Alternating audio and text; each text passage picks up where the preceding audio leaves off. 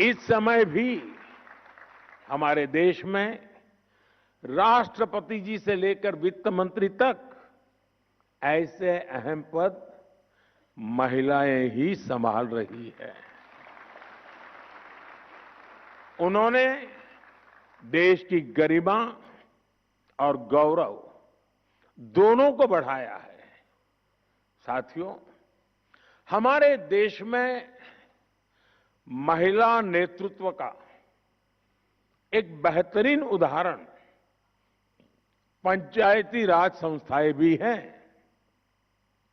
आज भारत में 14 लाख से अधिक महिलाएं लोकल गवर्नमेंट बॉडीज में सफलतापूर्वक काम कर रही है।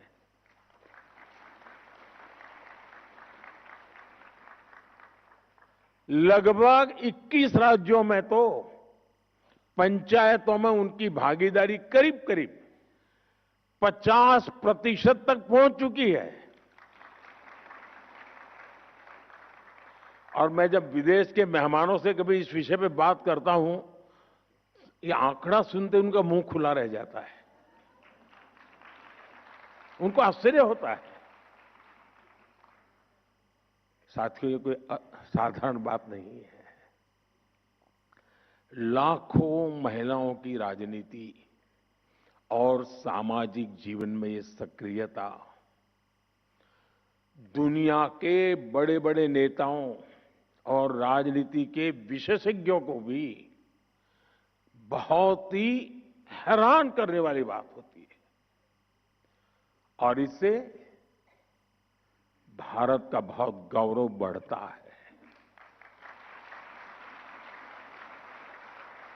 साथियों, अनेक अध्ययनों में ये सामने आया है कि जब निर्णय प्रक्रियाओं में महिलाओं की सहभागिता बढ़ी तो इससे व्यवस्थाओं में भी संवेदनशीलता आई है। और ये बहुत बड़ी ताकत होती है। और इसका परिणाम है पानी, शिक्षा, स्वास्थ्य, पोषण, ऐसे कई विषयों में ज्यादा समर्पण भाव से, ज्यादा संवेदनशीलता से परिणामकारी काम हुए हैं। जल जीवन मिशन, मैं समझता हूं उसकी सफलता का सबसे बड़ा उदाहरण है। इसमें पंचायत स्तर पर महिलाओं की भागीदारी की ही बहुत बड़ी भूमिका है।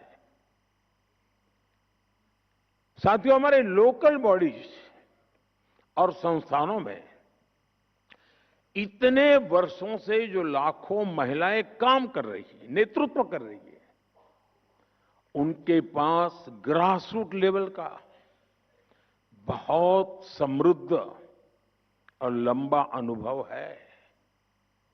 वो अब और बड़ी भूमिका के लिए तैयार है और तत्पर भी है। मैं मेरा अपना निजी अनुभव बताता हूं। ये सामर्थ्य क्या होता है।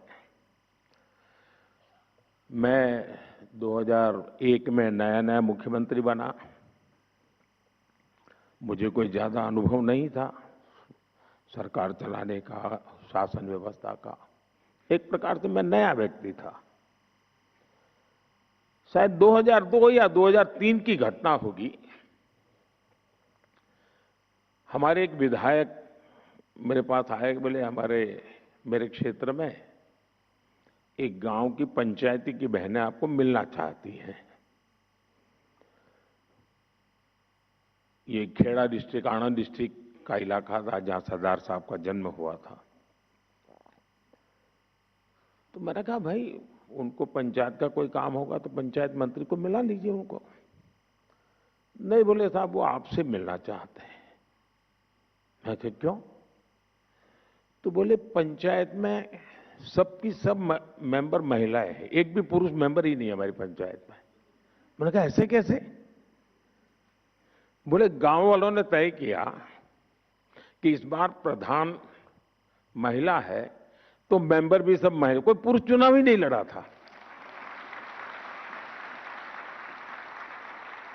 तो मेरा ध्यान स्वाभाविक गया। मैंने कहा भाई जरूर मैं मिलूंगा। छोटा सा गांव था, कोई शायद 13 मेंबर की पंचायत थी। तो मैंने उनको समय दिया, वो सब आए मिलने के लिए। वो 13 बहनें थी, उसमें जो गांव की प्रधान बनी थी वो शायद 8वीं कक्षा तक पढ़ी थी। बाकी जो बहनें थी, एक दो बहनों तो घूंघट भी लगा हुआ था, वो ज्यादा शायद कुछ तो होगी जिन्होंने स्कूल भी नहीं देखा होगा। तो सब आए।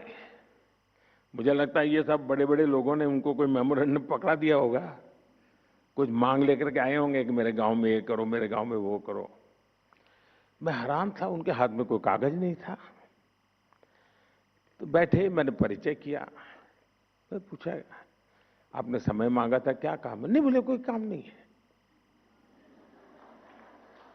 ऐसे ही बोले हम चुनकर आए हैं तो मिलने आए थे।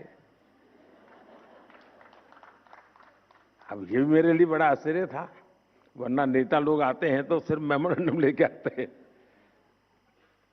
फिर मैंने उनको पूछा, अच्छा बताइए, मैंने कहा कि आपको अगर 5 साल इतना बड़ा काम मिल गया, आप सब बहनें गांव को संभालने वाली हैं, तो आपका सपना क्या है? 5 साल में क्या करोगे आप लोग?